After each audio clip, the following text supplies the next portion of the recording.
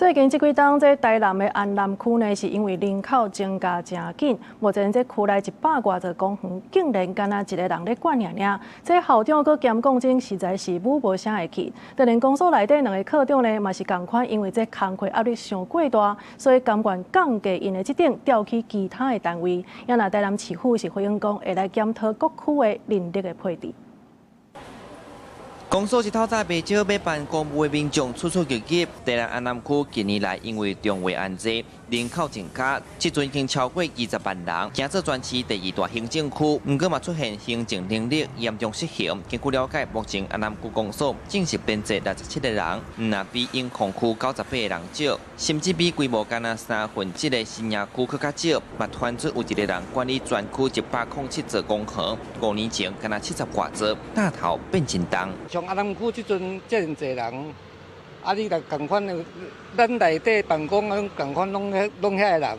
你若服务起来，一定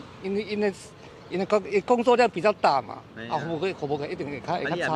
对啦，爱人管啊，你啊，我讲的上简单，你又无钱免啊人管。 面对这么大的业务，安南区公所表示有2位科长挡袂调，甘愿降调嘛要换单位，地方民来批评。台南新建做直辖市，安南区的行政经销编制依然是照固定标准，完全对袂到发展的需要。市府回应受到中央公务人员总业管制限制，目前会先增加临时工来补，嘛讲会全面检讨各区的人力配置。台南市政府不应该再继续忽视安南区人手短缺的问题。 应该立即重新编制所有的人力，一定要为我们基层来增加更多的同仁，让我们整个机能跟整个效率可以提升。牵涉到经费的问题哦，我们会向中央争取经费，或者用工程那个生意款，还有其他的经费部分，我们来协助办理。除了人工无够，地方嘛烦恼公园的安全性，照现行制度，1公顷以下林地公园是由公所代管。不过，伫1个人面对